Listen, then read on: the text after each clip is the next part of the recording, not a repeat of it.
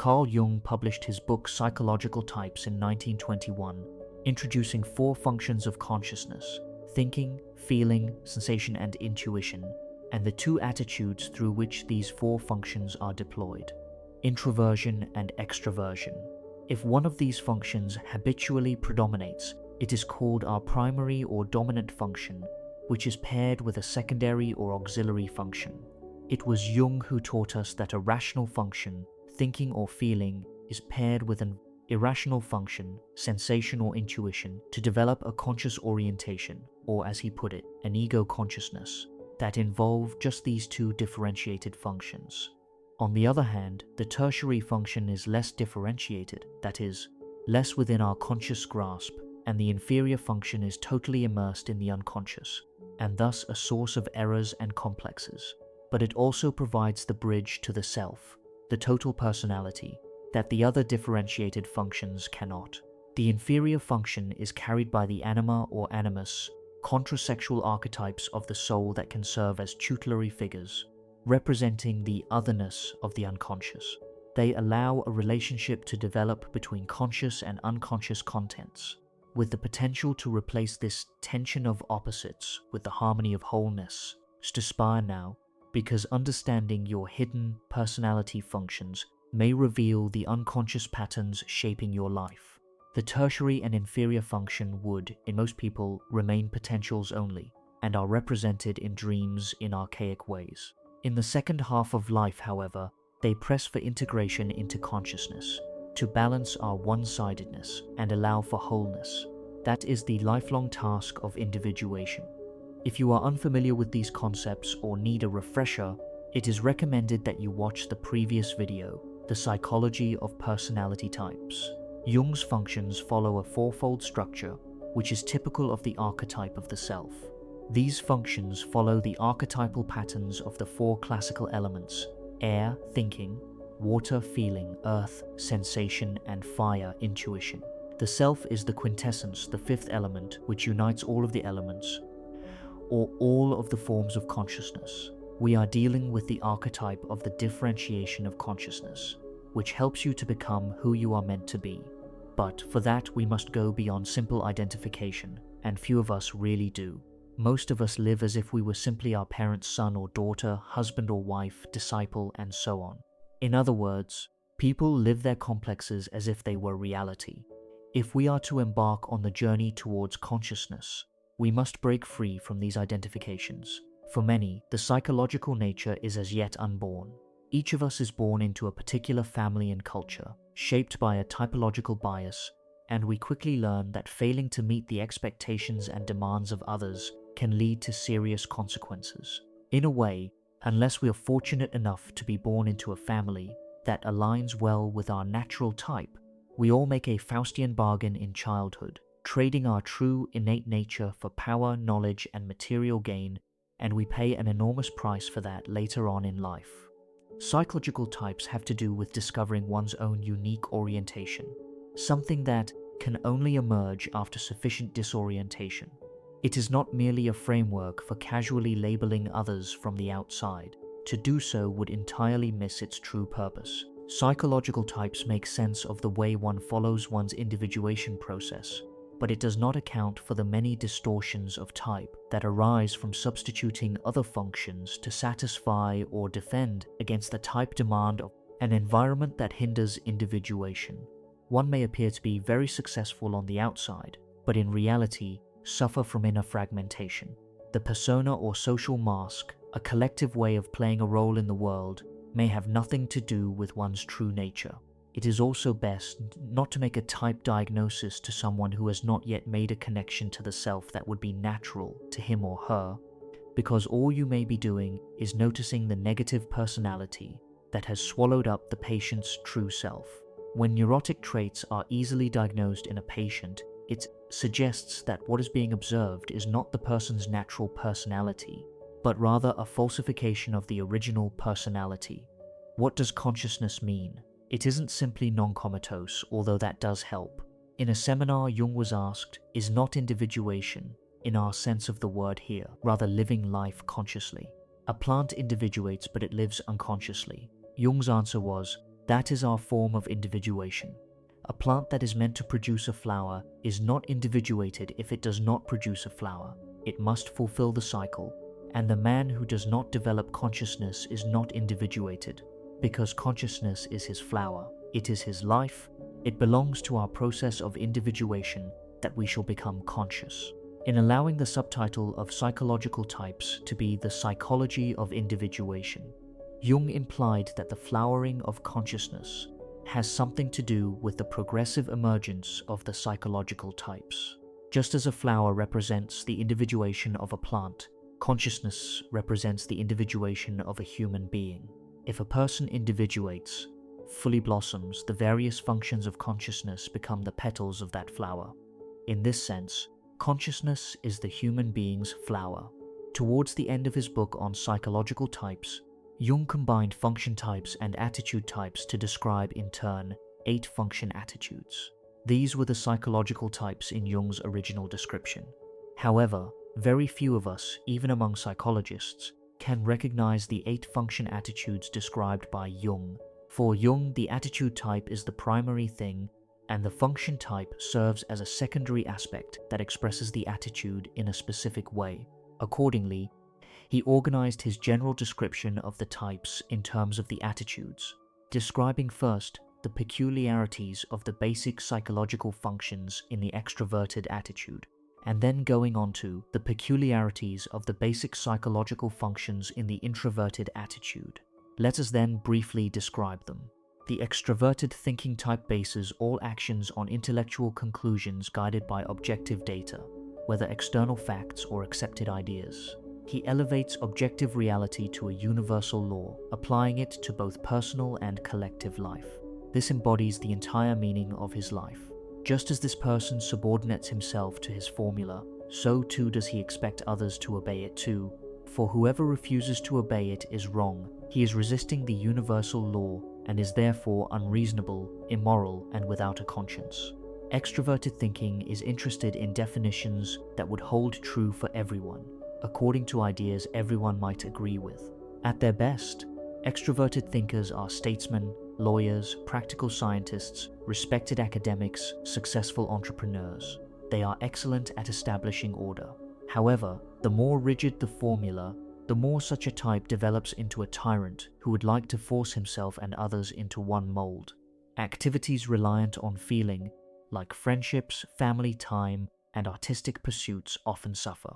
Repressed potentialities eventually disturb conscious life, leading to doubt, which, when suppressed, breeds fanaticism and overcompensation for uncertainty. No function can be fully eliminated, only distorted. The more extreme a type is, the more active becomes the unconscious in terms of compensation. In such cases, an extravert thinking type's personal concerns, health, social standing, and family interests are sacrificed for the ideal.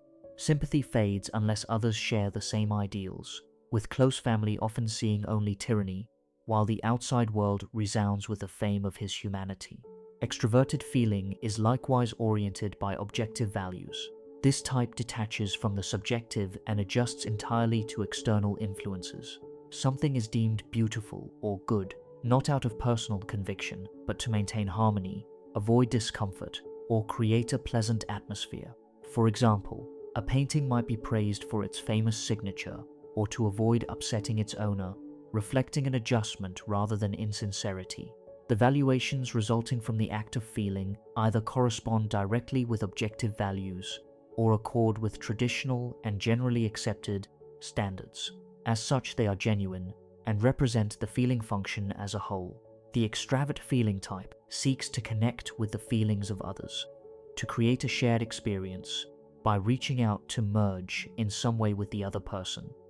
This kind of feeling is very largely responsible for the fact that so many people flock to the theater or to concerts or go to church. Fashions too owe their whole existence to it, and, what is far more valuable, the positive support of social, philanthropic, and other such cultural institutions. In fact, without it, a harmonious social life would be impossible. The extraverted feeling type suppresses thinking most of all because this is the function most liable to disturb feeling. Consequently, the unconscious of this type contains a thinking that is infantile, archaic, and negative. Extroverted sensation types have an exceptional grasp of reality, grounded in concrete experiences and objective facts. Their ideal is to be well adjusted to reality, and often have compelling experiences of the textures, smells, sights, sounds, and tastes of the world. They live fully in the present, valuing tangible reality, and have little patience over abstraction or reflection. They are the masters at the details of life. They can read maps, find their way around a strange city. Their rooms are neat and tidy. They are punctual and do not easily lose things, etc. Such types excel at being engineers, editors, athletes, and people in business. They make great company because they pay attention to the external details, dressing well, keeping a good table with plenty of drinks for their friends, and so on. Anything that comes from inside seems morbid. Only in the realm of tangible reality can they breathe freely. Their thoughts and feelings will be explained by objective causes or the influence of others. A change in mood is unhesitatingly blamed on the weather. Psychic conflicts are unreal, nothing but imagination, an unhealthy state of affairs that will soon clear up when surrounded by friends. In extreme cases, the pursuit of sensation becomes all-consuming, and the individual develops into a crude pleasure seeker, plagued by jealous fantasies, anxiety, and every sort of phobia.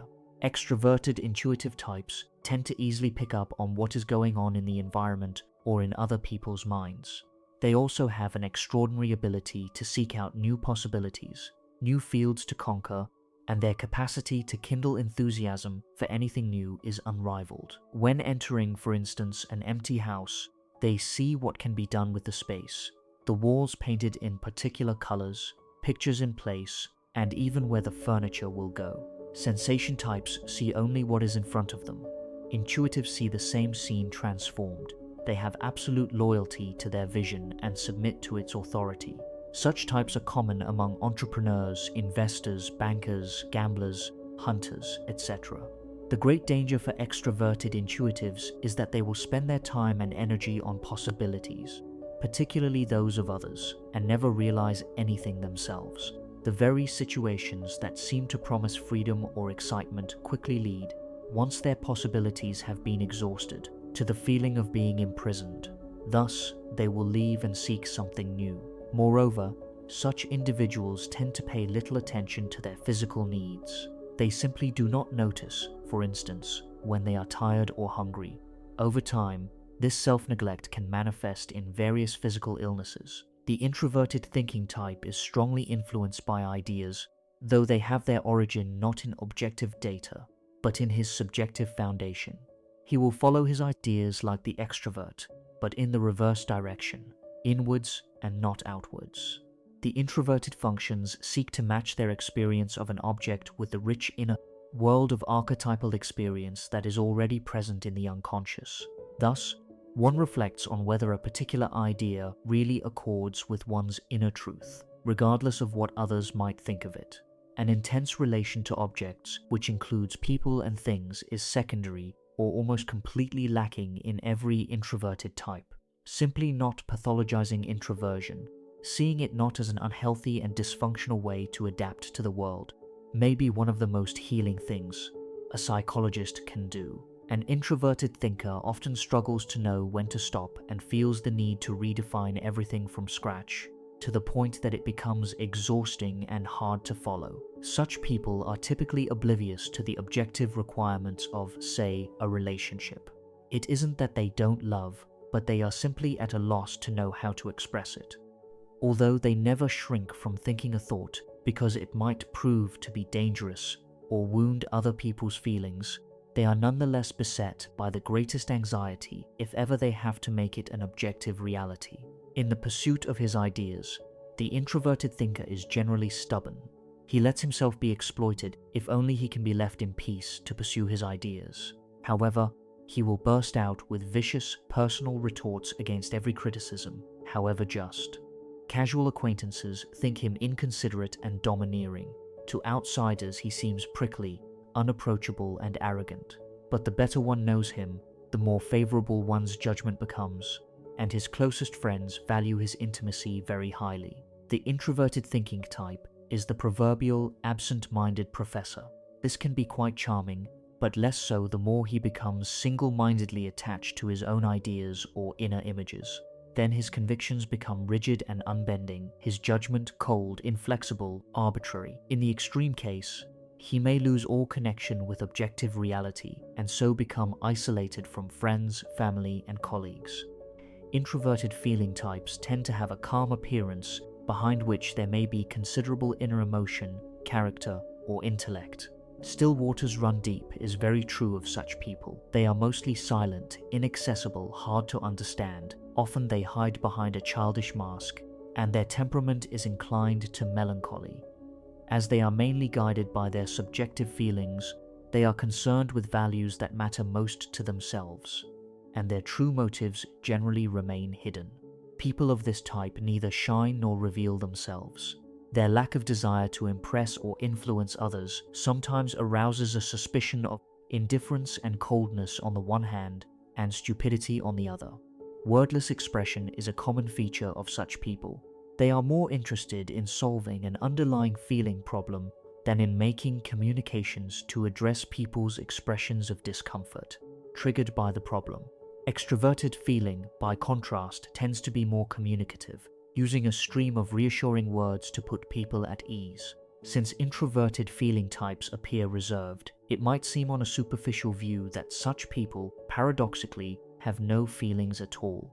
The feeling of such a person may express itself in a secret religiosity anxiously guarded from others, or in intimate poetic forms that are kept equally well hidden, not without the secret ambition of displaying some kind of superiority over the other person by this means.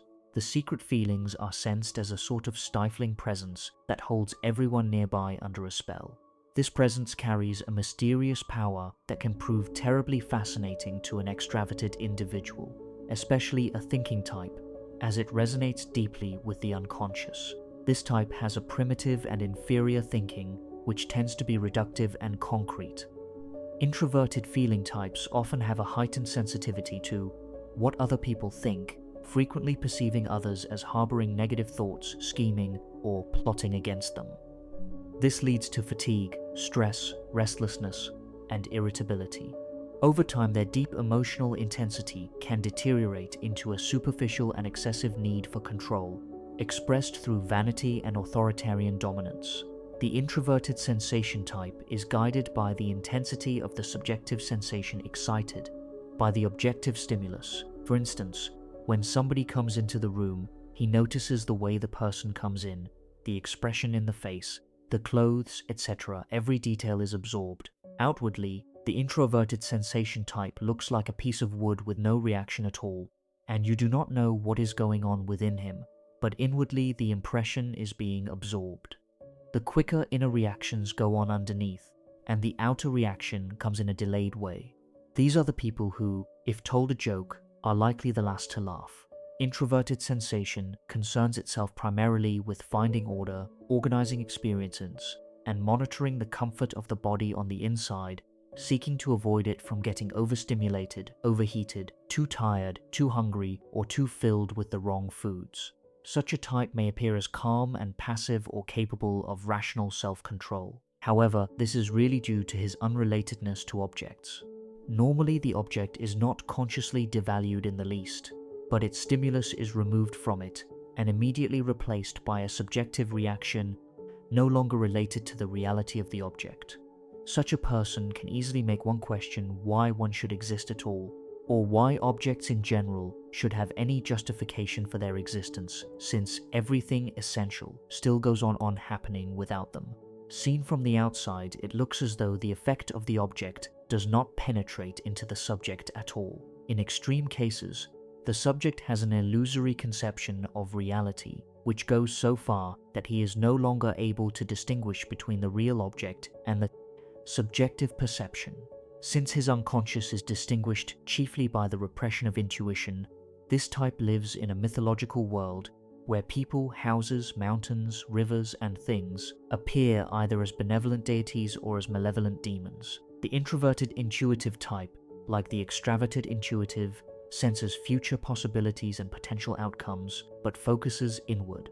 These individuals look at the big picture in the unconscious, the collective unconscious, where the archetypal patterns that move nations, religions, and epochs lay, even in the midst of apparently individual experiences. They often appear as seers, prophets, poets, artists, or shamans. As an artist, the individual reveals strange, beautiful, and whimsical things in his work. If not an artist, he is often a misunderstood genius. On a more mundane level, such people are mystical daydreamers who struggle to communicate and are often misunderstood, lack self-awareness, and accomplish little. They move between images and possibilities, lost in the unconscious without forming personal connections. They are especially liable to neglect ordinary physical needs and often have little awareness of their own bodily existence or its effect on others. To extroverts, they may seem detached from reality, lost in fruitless fantasies. Introverted intuitives are vague about real-world details, prone to getting lost, missing appointments, and being late. Their lack of bodily awareness also makes them inattentive lovers. What the introverted intuitive represses most of all is the sensation of the object, and this colors his whole unconscious. It gives rise to a compensatory extroverted sensation of an archaic character, manifesting as compulsive neurosis with hypochondriacal symptoms, hypersensitivity of the sense organs, and obsessive attachments to certain people or objects. Jung acknowledges that although both the introverted intuitive and the introverted sensation type are, from an extraverted and rationalistic standpoint, indeed the most useless of men, the way they function is nevertheless instructive. They are living evidence that this rich and varied world with its overflowing and intoxicating life is not purely external, but also exists within. In their own way, these people are the educators and promoters of culture. Their life teaches more than their words. For Jung, the introvert intuitive is the most difficult type because he sees such uncommon things that he does not like to talk about them. And if he does, he is bound to be misunderstood. The introvert intuitive has one of the most difficult lives, but also one of the most interesting ones. In Darrell Sharp's book, Personality Types, Jung's model of typology, he describes the 8 different types of consciousness personified as guests at a dinner party. The hostess, appropriate to her role, embodies extraverted feeling, ensuring the gathering runs smoothly. Her husband, a quiet, slender professor of art history, excels at distinguishing subtle details in artwork. He represents introverted sensation. An extraverted thinking lawyer is the first guest to arrive. An industrialist, well-dressed but loud, and a greedy though appreciate eater, comes later. He stands for extroverted sensation. His wife, a quiet and reserved woman with mysterious eyes, exerts a strangely magnetic effect on the other guests with her introverted feeling. An introverted thinking professor of medicine arrives next, absorbed in thoughts of his latest research, seemingly detached from the social atmosphere. He is followed by an extroverted intuitive engineer who enthusiastically discusses his ambitious plans, which one suspects will come to fruition only if someone else carries them out. While speaking, he gobbles down his food without noticing what he is eating. The final intended guest, a young and poor poet, forgets to attend entirely. Upon realizing his mistake, he plans by way of apology to send the hostess a poem he was working on while the party was taking place, embodying the dreamy nature of the introverted intuitive. In his book, Energies and Patterns in Psychological Type, American psychiatrist and Jungian psychologist John Beebe expands on Jung's work on types. If the dominant function is extroverted, for instance, the traditional Jungian model would consider the auxiliary and tertiary functions extraverted too, and therefore the only one to carry one's introverted side would be the inferior function. In Beebe's model, however, he considers all 8 forms of consciousness as part of our single individual psyche. It is the effects of consciousness on personality, not types of personality. If the primary function is introverted, then the auxiliary will be extroverted, and vice versa. This natural alternation in our functions of consciousness is very adaptive. It keeps us from being too one-sided. The 8-function model is not purely theoretical. It emerged from Beebe's extensive study of his own dreams, fantasies, and behaviors, as well as those of his patients, drawing on over 50 years of experience in psychotherapy. Beebe came upon a fourfold shadow structure that complements the conscious counterparts, but are generally more negative and destructive in nature. Only through direct experience of the types as one's own can one benefit from type theory. Otherwise, it merely becomes another way to learn from others about one's identity. While there can still be value in discovering new energy for adaptation, it is not the same as individuation. Jung had emphasized that the theory of psychological types should be used not as a way of classifying people, but for sorting out the empirical material in therapy. This approach helps a patient identify where a particular complex lives in the psyche. When analyzing a dream figure, it is useful to consider its type. In psychotherapy, a patient's issue may be described as a thinking, feeling, intuitive, or sensation problem. The goal is to match the appropriate function of consciousness to the situation. From this perspective, the development of consciousness involves the ability to summon the different functions at the right moments and in the right ways. Beebe's innovation was not only to extend the fourfold model to an eightfold model of personality, but also associating an archetype with each type. Jung had compared the inferior function with the anima or animus. Beebe gave an adequate name to the rest. To give an example of the eightfold model, let us consider Jung's own type: introverted thinking intuitive. Introverted thinking, the primary function, is represented by the hero or heroine, while the secondary function is extroverted intuitive, symbolized by the father or mother. The tertiary function is introverted sensation, represented by the pure aeternus or puella aeterna, the eternal child. And the inferior function is extroverted feeling, associated with the anima or animus.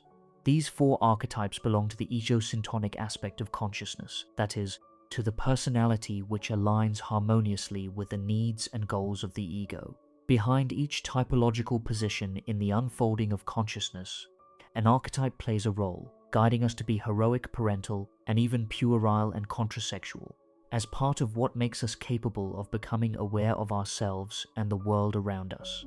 These four archetypes belong to one's mostly conscious orientation, which Beebe calls the little self. This is the typology of one's everyday self-experience, the basis of one's ongoing consciousness as a person having one's own standpoint with its inevitable strengths and weaknesses. As for the other four function attitudes, we enter the realm of the shadow, or what Beebe refers to as the ego-dystonic, or ego-alien personality. This aspect develops in opposition to the ego and often appears disruptive or destructive to the ego's goals. The shadow is repressed because it is felt to be incompatible with a person's moral values, holding on to feelings, motives, and desires deemed unworthy. Since it's not accepted as part of oneself, the shadow can act autonomously, sometimes breaking free from repression to express the very impulses the ego has rejected. Watch what you hate, it's pure gold. Jungian analyst Marie-Louise von Franz writes, Jung had said that the hardest thing to understand is not your opposite type. If you have introverted feeling, it is very difficult to understand an extraverted type, but the same functional type with the other attitude. It would be most difficult for an introverted feeling type to understand an extraverted feeling type. Such people remain to a great extent a puzzle, and are very difficult to understand spontaneously. Here the theory of types is tremendously important practically, for it is the only thing which can prevent one from completely misunderstanding certain people. Beebe applied this idea to the situation within a single psyche, in which the antagonism is not between two people, but between two functions with opposite attitudes, seeking to express themselves within the same person. In this context, the shadow refers to having the same function but opposite attitude. Continuing with Jung's own type as an example, extroverted thinking, the opposing personality, challenges the hero. Introverted intuition, the senex, Latin for old man or witch, counteracts the good parent. Extroverted sensation, the trickster, challenges the pure, and introverted feeling, the demonic personality, competes with the anima. The superior hero and inferior anima or animus functions form a vertical axis, which Beebe calls the spine of personality. This is the axis of our relation to self, which forms the core of our personality and allows us to know who we truly are. It establishes both our greatest strengths and greatest weaknesses. Integrity comes not only from having appropriate pride in your strengths, but also in accepting your weaknesses and holding that tension of opposites. This awareness is vital. It allows us to embrace the reality that we are both strong and weak, opening us to the paradox of living with both. The auxiliary and tertiary functions have a horizontal axis, called the arms of personality. This is the axis of our relation to others, which is focused on how we care for others and are cared for by them. Some people define their whole lives according to the arms of personality and have little curiosity as to who they are, but they are greatly concerned about how they treat others and are treated by them. Let us now briefly look into each archetype.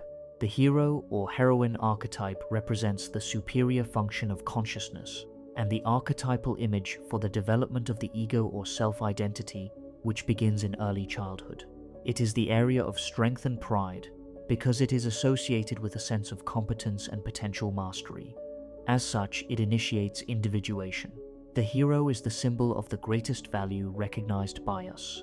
He is the one who not only welcomes life's challenges, but also takes responsibility to confront them. This requires autonomy and a need to separate oneself from the excessive superego expectations of others, whether it be from parents, colleagues, or social institutions. However, it is also possible to develop a superiority complex when one is too identified with one's superior function. Identification with an archetype leads to ego inflation, and the goal of the psychologist is to loosen one's excessive identification with godlike archetypes in order for one's humanity to reveal itself, stripping off all false pretensions and allowing one's true personality to emerge. The father or mother belongs to the auxiliary function. It behaves like a parent and is concerned with nurturing, fostering, and protecting. Beebe primarily addresses male psychology, noting that the lack of fatherly energy transmission creates a hunger in young men to seek out older male figures who have something to transmit. This often leads to the conflation of the father figure with the archetype of the wise old man in the minds of young people. The archetype of the father goes beyond just the physical presence of the father.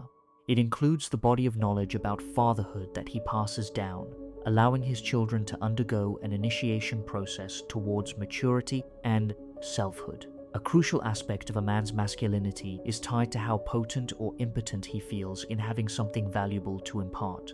This may represent the archetypal essence of fatherhood.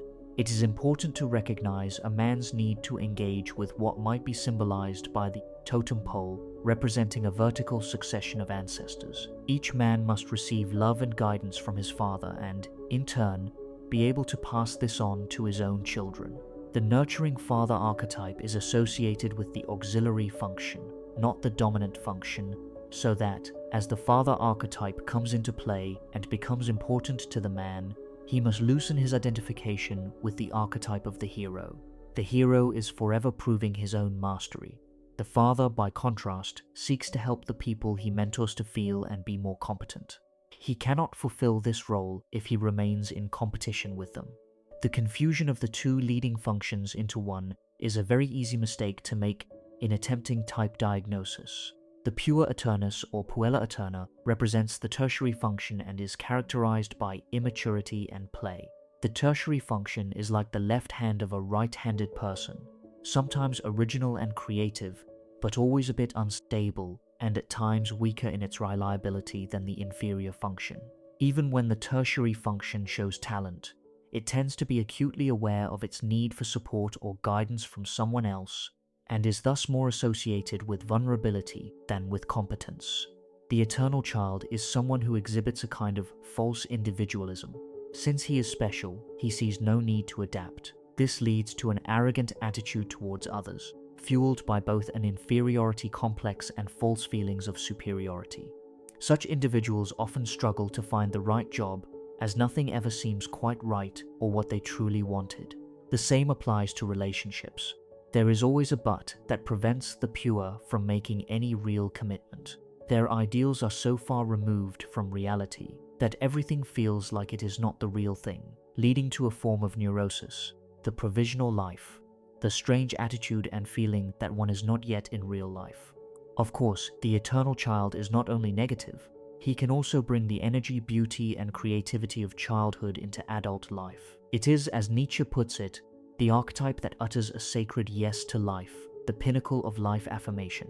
The anima or animus is tied to the inferior function, and for most people it is a source of shame and embarrassment. Acknowledging and accepting this shame with a measure of humility is a crucial first step towards knowing oneself, finding integrity, and beginning to make a meaningful connection to the unconscious. If this doesn't happen, the anima will be like a flower that hasn't bloomed. Jung calls the anima the archetype of life, because she gives a man the feeling that he is alive. The anima is also a place of great idealism in the psyche. Thus, a person whose superior function is introverted thinking will often put a very high value on the goal of everyone in a group getting along together, although this person may lack any of the feeling skills to facilitate such an outcome. Conversely, an introverted feeling type may be drawn to champion the most abstruse strains of philosophy, even as he or she has to struggle to follow the more intricate twists of thinking. The anima is a gateway to the unconscious, acting as the mediatrix to the self.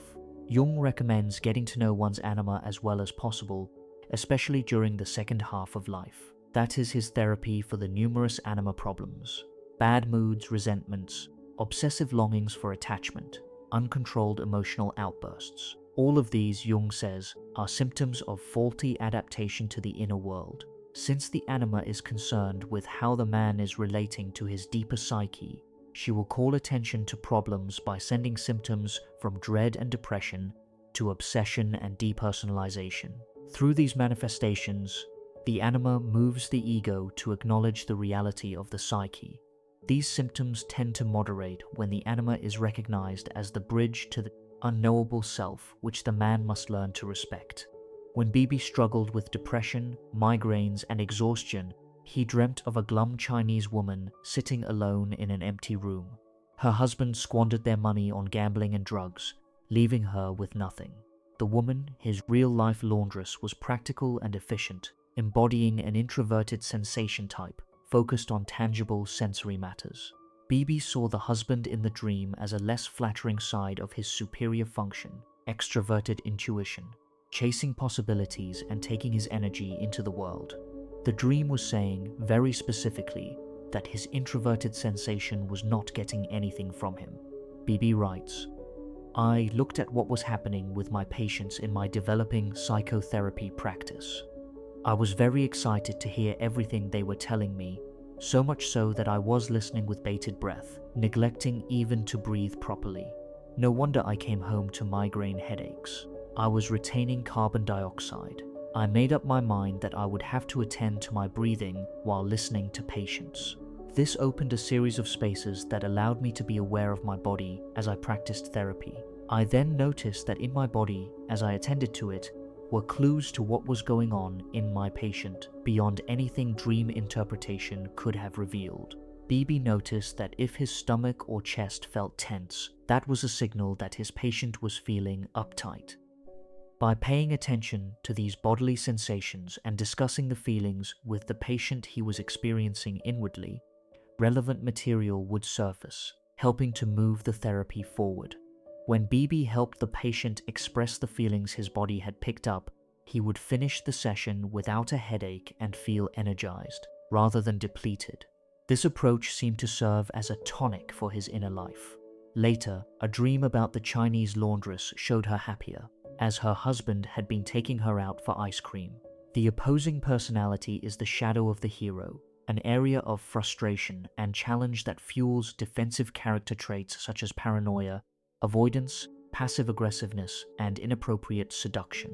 This archetype is constellated when we feel our heroic superior function and its most cherished values are under attack, or when we are called upon to use the function attitude it carries.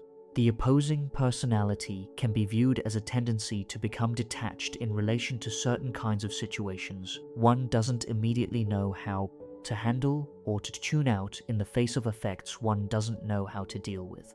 This consciousness can end up opposing one's own best interests in perverse ways. Until we look into the shadow of our superior function, we will tend to project the difficulty within us onto other people, who might have certain hooks to catch the projection. Projection is always easier than assimilation. According to Beebe, the opposing personality is one of two places in a man's psyche where his inner femininity is likely to show up strongly. In the grip of this archetype, a man may make spiteful or hateful remarks or unleash a seductive charm whose purpose is to exercise control over others. While the anima holds the potential for leading a man toward wholeness, the same cannot be usually said of the opposing personality. When the anima is projected onto a woman, a man may idealize her or want to marry her. Projecting the opposing personality, by contrast, will cause a man to see the woman in a negative or troublesome light, as she seems to embody the man's own antagonistic traits. Thus, the relationship that ensues is usually characterized by arguments and confrontations. The senex is an archetype that shadows the good father that one consciously aspires to be when one tries to help people, while the witch is the shadow of the good mother. These are characterized by limit setting and control, defending themselves by shaming and blaming and being overly skeptical or cynical. The senex is particularly paralyzing to a woman's animus, while the witch has a similar effect on a man's anima. These archetypes discourage and disable others. They freeze others in their tracks and make them doubt that what they are doing has any value. The child who experiences the disapproving or abusive parent can remain a part of us even as we grow into adulthood, causing a traumatic neurosis which is carried by the tertiary function as the wounded boy or girl. The senex and the witch appear inwardly as the withering self-critic that seems to drain all the vitality out of the individual. Captured by this archetype, the remaining persona seems old, dry, and absent of animation. All that remains is cynicism, a tendency towards depreciation and despair. To hear this archetype's repeated insistence on life's lack of meaning, value, and future makes one realize how much this is the voice of major depression. In extreme cases, there can be the psychotic delusion that one has actually died and is rotting. The special domain of knowledge or authority of the senex archetype is the old man who, metaphorically speaking, paces up and down inside each of us, waiting for his chance to put troublesome people in their place. The mythological image is the Roman god Saturn, with his sickle, who has become less an archetypal image of the harvest and taken on a more deadly aspect as the archenemy of the processes of youth, growth, and development. Men identified with the senex are often harsh toward those identified with the pure Eternus, but their more typical interactions are with the trickster. The senex takes a grim pleasure in catching the trickster in deceit, reinforcing the senex worldview that people cannot be trusted. While the senex can be dogmatic and harsh, there is also wisdom in the way this archetype sets limits, despite its initially intimidating appearance. People possessed by the senex archetype can often be hard to empathize with. It may help to realize that it is an archetype that emerges when a person feels their self-identity is in decline and they are beginning to lose control of their life. As such times, the senex resorts to strategies that simulate heroism, often living in a fantastical world akin to Don Quixote. These fictions become the sole purpose and meaning of their lives. The self-critical patient may relentlessly punish himself, but the therapist is usually not allowed to breathe a word that might expose the fictions by which the patient is living. However, one must challenge these fictions. The trickster is the shadow of the pua or puella and represents manipulation, mischief, and paradox. This archetype poses a challenge for psychologists as psychotherapy requires sincerity and vulnerability, trace the trickster lacks. The trickster resists having to do things the way others think is right, defying rules that attempt to uphold standards of behavior and questioning the values of those who defend the standards. Beebe observed that the trickster is often projected onto difficult male or female patients whose intense subjectivity seems to constantly undercut his efforts to help them with psychological understanding. When the trickster appears out of the psyche of a patient, it often reveals itself through its ability to create a double bind, a psychological trap in which the person receives conflicting messages, making it impossible to respond correctly. It is a situation where you cannot win, no matter what you do. Another characteristic of the trickster is duplicity, the state of being double and deliberately deceptive in behavior or speech. Patients who have aligned their survival strategies with this archetype can be quite duplicitous, urging their therapists to support personal choices that are actually harmful. The therapist must have integrated enough trickster of his or her own to be able to turn the double bind around and reverse the terms of the hard bargain that the trickster in the patient is seeking to impose. The demonic personality is the shadow of the anima or animus and consists of undermining oneself and others. These actions or judgments often seem surprising and mysterious, even to ourselves. When we act in a primal or destructive way, it is often through this archetype. The inferior function, if not addressed during the development of consciousness, is vulnerable to the demonic aspect of the unconscious. Beebe gives an example of a man in his early 50s for therapy because his whole psyche would be set vibrating simply by his father's phone calls. At first, however, the patient did not know that his psyche was vibrating. His wife had to tell him when she picked up the vibes, which she felt as painful and intolerable force fields. The man eventually realized his father's abusive behavior triggered fear and rage, causing physical agitation. Setting boundaries with his father eased these symptoms, and he left therapy, but soon new difficulties arose. He began hearing an inner voice saying, "You're nothing," revealing his demonic personality. He had to acknowledge his deep vulnerability when the inner voice spoke, recognizing the same agitated, painful vibrations his wife had felt. This led him to connect with his anima for the first time. Until then, he believed in enduring unpleasant states of mind by distracting himself with work, focusing on tasks to feel a sense of accomplishment, even if it meant living in misery most of the time. As an introverted sensation type, he realized that dissociating from his feelings and pushing through was no longer helpful. He returned to therapy, where he learned to confront and engage in dialogue with his inner voice. For the first time in years, he took a look at the big picture of his career and saw that it no longer had the meaning for him that it once had.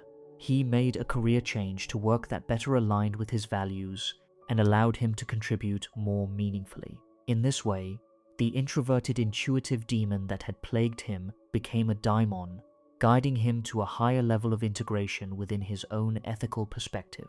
The daimonic personality is the area of redemption that creates opportunities to develop integrity. We may see these 8 archetypes as different personalities within the vast theater of the unconscious.